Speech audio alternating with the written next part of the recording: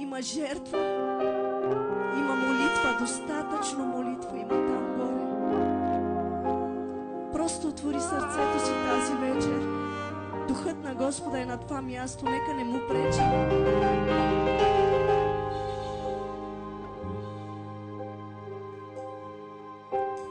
Той е тук за теб, Той е тук за мен.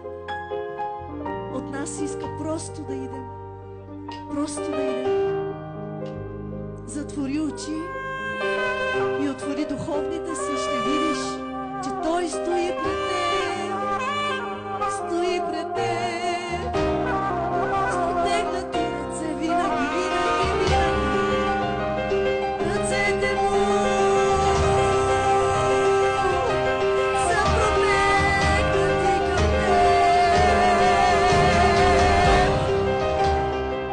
О, прегади го!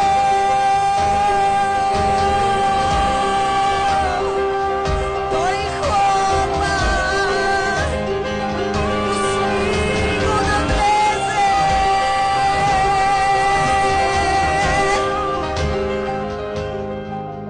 Той чука, пусти го да влезе. Чуваш ли го? Ето го любимият, хлопа на много сърца тази вечер. Чуваш ли гласът му? Глас на много води. Глас на много води. Може да го чуеш навсякъде. Той е гласът в теб, който казва: не си се молил. Той е гласът в теб, който казва: потърси ме и ще ме намери.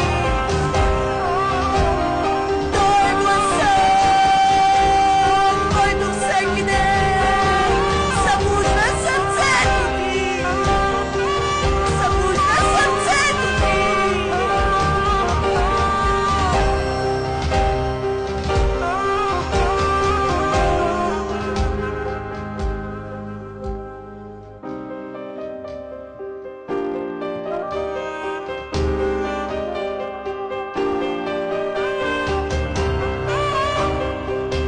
Кажи да на призивът му тази вечер.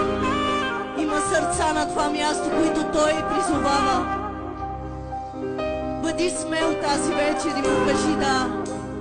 Може би Той иска да оставиш много неща и за това те е страх да му кажеш да. Но не бой се, пристъпи напред и му кажи да, Господи.